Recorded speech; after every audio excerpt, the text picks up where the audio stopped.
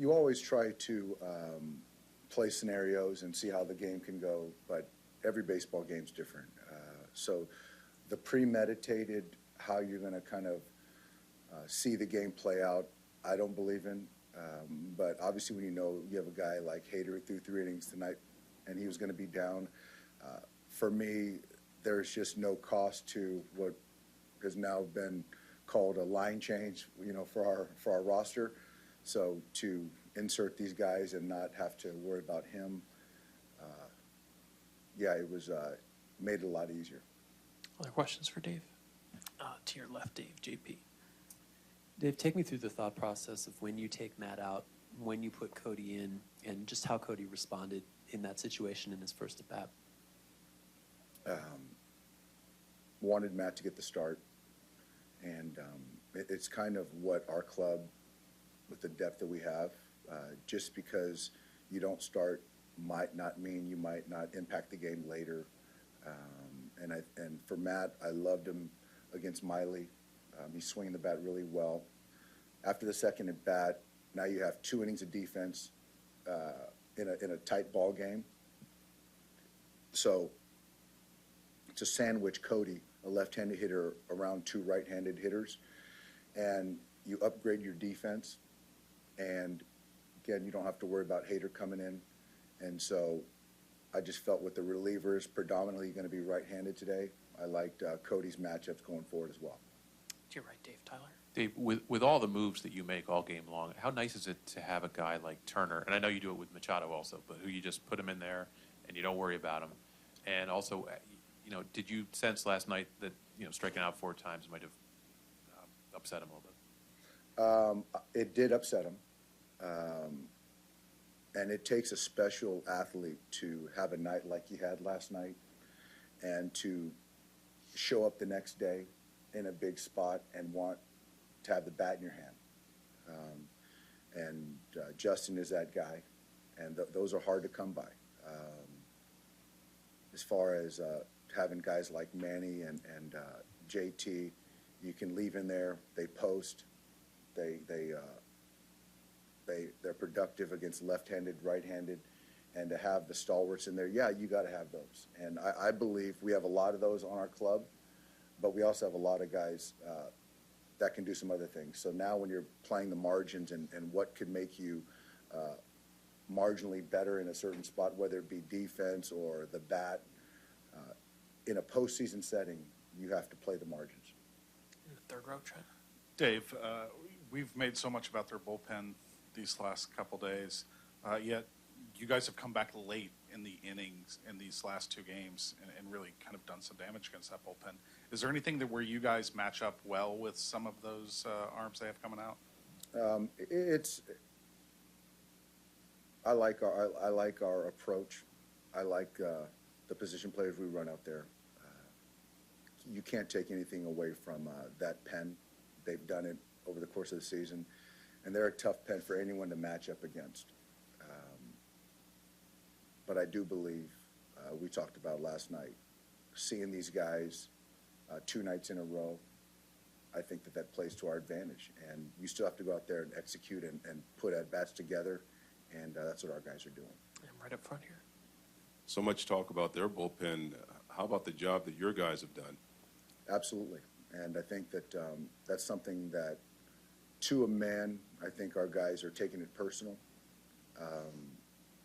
as a challenge, because our guys are pretty good back there too. And so there's not a whole lot said about them, but without those guys, we wouldn't be in this position. I think a couple last ones, Alden. With Justin, what kind of let you know that he was upset coming off that No, game? it's not anything like that. But a player like that, in a postseason game or in any game, he wants to perform. And so when you punch 4 times and you make an error, that's not ideal. So there's nothing that I need to talk to him about or he said. It's just obviously as a competitor, you expect more from yourself.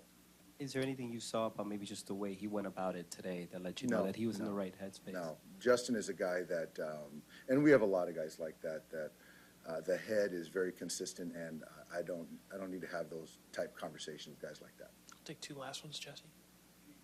expand on your bullpen taking things personally, just the headlines that Hader and these other guys are getting? Is that kind of what you're talking about? But again, it's not something that I need to talk about or fire the guys up. You know, these guys are competitors, you know, and, you know, when you look across the diamond and you see people that are doing the same thing you're doing but are getting more notoriety or whatever, people got pride. And so, you know, I'm speaking for them, but I know these guys are taking it personal. We'll finish up right here. Dave, there's been so much made about the Dodgers, so many different guys that contribute, but it seems like Justin, when he does well, he's kind of the straw that stirs it. Would you agree? Yes. Obviously, every day starting pitcher is probably the most important person in the organization that day. We believe that. But if you're talking about the grind, the tough conversations, the identity of our ball club, he's probably the, you know, the face. He exemplifies everything that I believe in as a baseball player, as a professional, and then you can get into the community and all that stuff. But, yeah, he's you can say I call him, he's the glue for our club. Just opportunities. You know, CT had a hell of a battling, finding a way on base to start the inning off, and you know, looking for something to get in the air there, and got a change up that didn't miss, so that felt good. In the second row, Alden. Yeah, Justin, you haven't had many bad nights lately, but you did have one yesterday. I'm just curious, what's kind of your process for moving on from those? Do you just watch a bunch of video of your at-bats? Are you able to forget it quickly? Does it sit with you? How did you kind of turn the page going into the day? Yeah, I think it was well documented. That was probably the worst game of my career offensively, but I think you just shrug it off the beauty about baseball. We got to go to sleep and show up and do it again today. So, yeah, obviously wasn't feeling good about myself last night and wasn't happy with the results. But like I said, today was a new day and another chance to go out and win a ball game. So, All right, the third row, Trent. Justin, were you surprised at all to see Jeffers come back out for the 8th after that long 7th? I'm not surprised by anything these guys do. They obviously like their bullpen and they trust their bullpen and they want you know, their bullpen in the game as much as they can. So I did see that Knievel was in the bullpen warming up, but I don't know if he was up in time or ready. So got ready to face Jeffers. Second row to your right, Tyler. Yeah, Cody, Dave Roberts was just in here, and we were asking about Justin, and he said, like, in a lot of ways, he's the face of our club. He's the glue for our club, is what he said. How do you see the guy to your right serving that role, and what kind of example does he give for the rest of you guys? Man, I think it's just the everyday, every at-bat professional hitter, and he it's fun to watch from the dugout every day. Like he said, you don't see many days like yesterday, and for him to come out and shrug it off and do that today is what makes him a professional hitter, and you know, something us young guys can kind of strive for. To our left, JP. Cody, first hit for you. At what point did you really start to feel the pressure to snap that skid was starting to hold you back? I think there's always pressure in the playoffs to perform, and obviously when you're not performing, it's tough. But yesterday I felt as good as I have in a long time. No results. I felt good in LA and Atlanta and no results, and it's frustrating, but at the same time I got supportive teammates that tell me to keep going, that have been there, that have struggled, and that kind of helps me, you know, understand that it's a hard game, and I know that, but it's hard to snap out of it sometimes. But I felt good yesterday, and it was nice to get a hit today. And the third row to your right. Cody, Matt was talking about how your relationship has developed over the course of this year, and he feels like he can sort of tell you things other people can't. How has that relationship sort of developed over the course of this year, and how has he sort of served as someone who can help you when you're in some of these skids? Yeah, it's a respect thing. he's been there in LA. He's done it in LA. He's been a really, really good player for a long time, and he's been great, you know, to me off the field too, in the clubhouse. And like I said, just kind of watching these older guys play every day, I've been learning a lot this year. It's been really nice to, like I said, have professional guys every single day to watch. Second row on your right, Tyler. Justin, it's such a deep roster that you guys have, obviously, and everybody, really except you and Manny, kind of shifts in or out and changes positions around. What kind of does that put on you? I don't know if it's pressure or just a responsibility to know that, you know, everybody else can mix and match, but you are going to be in there every game, all game long.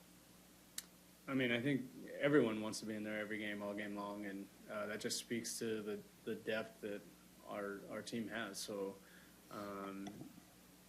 you know, I'm glad I get the opportunity to be out there every day, and I know Cody wants to be out there every day, whether it's a righty or lefty. But we have a roster full of guys that are more than capable of doing that.